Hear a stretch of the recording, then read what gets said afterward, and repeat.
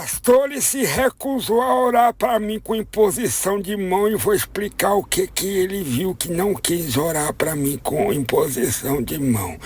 De modos que eu tinha recém-separado de uma menina até novinha que eu estava namorando, e de modos que ela alegou que estava separando de mim porque eu não estava mais conseguindo fazer essa aliança, né? Se é que vocês me entendem.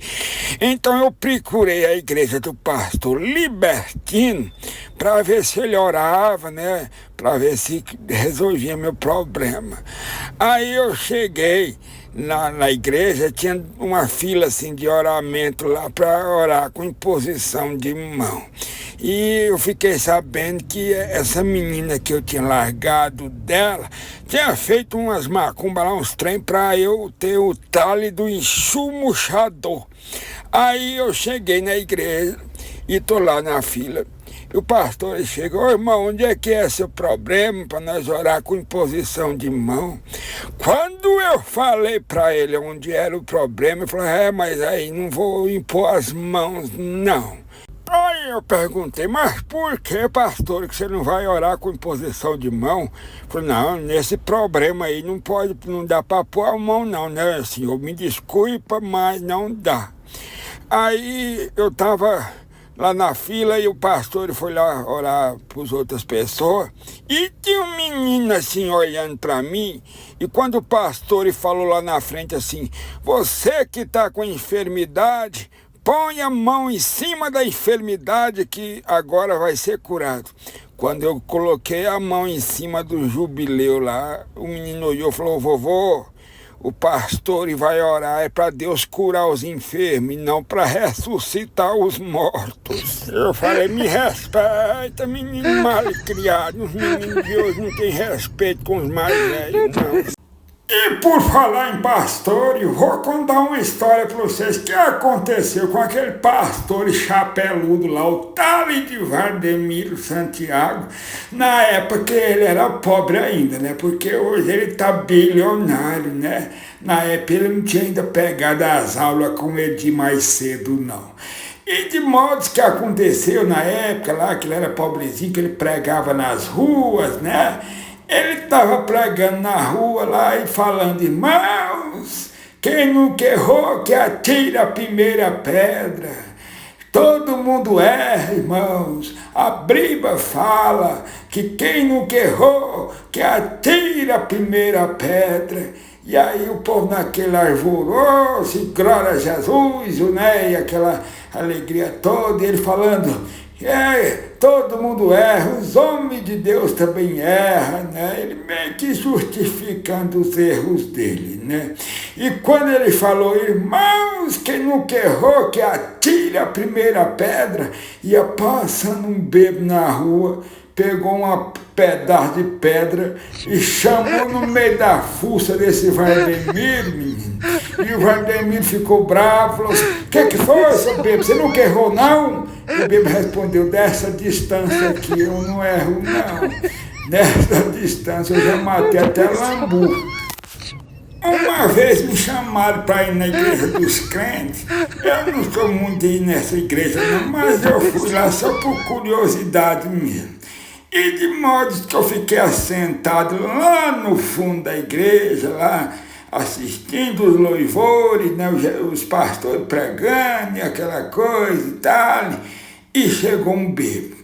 O bêbado veio lá para cá, assim, meio pé dentro e pé fora, e sentou do meu lado. Aquele catingão de cana azeda incendiou a igreja, né? E o pastor lá na frente pregando: irmãos, Jesus vai vir. Irmãos, prepara as vossas vidas, que Jesus vai voltar. Irmãos, Jesus vem. E o bêbado respondeu lá no fundo: vem nada. E o pastor ficou meio assim procurando: uai, quem está falando isso aí, né? E o pastor falando: irmãos, Jesus vem. O bêbado lá no fundo respondendo: vem nada. Vem nada. E o pastor foi ficando meio empenado com isso. E de modos que o pastor pregando e o bebo já de bituca, né? E o pastor, irmão, Jesus vai vir, e o bebo, vem nada, gritou lá no fundo, né? Vem nada. E o pastor grilou, chamou o obreiro, falou assim, obreiro, chama a polícia aí. Aí o bebo respondeu, esses aí vem mesmo, viu? Esses aí vem mesmo, vou até embora. E por falar em bebo em igreja, uma vez o pastor Filisberto me chamou para ir no culto da igreja dele e eu fui, né?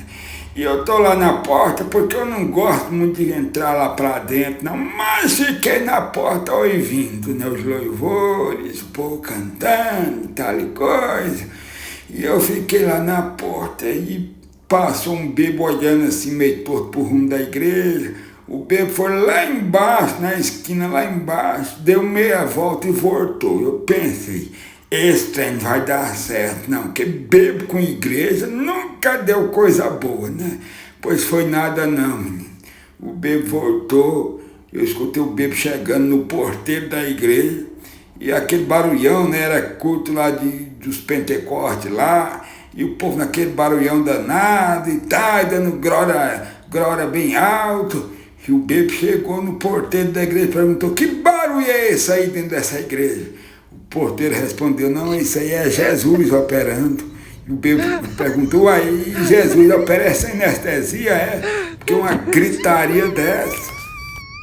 E para finalizar essa história aí de bebo com crente, com pastores, aconteceu que a igreja lá foi fazer um batismo. E tava todo mundo lá, os crentes lá, tudo vestido de branco, né? Aquela coisa mais linda do mundo, né? Os crentes cantando, tudo de branco, na hora do batismo, lá no córrego, lá no rio que tinha lá perto, lá da cidadezinha. E o pastor lá batizando, o pessoal na fila, o pastor naquela empolgação batizando, chegou um bebo, falei, isso não vai dar certo, não. E o bebo pegou e entrou na fila do batismo, eu só observando. E o pastor passou outro, chegou a vez do bebo, o pastor não reparou que era o bebo, e chamou a cara dele dentro da água, enfiou ele dentro do rio, ele levantou-se meio atordoado. O pastor perguntou assim, e aí, viu Jesus?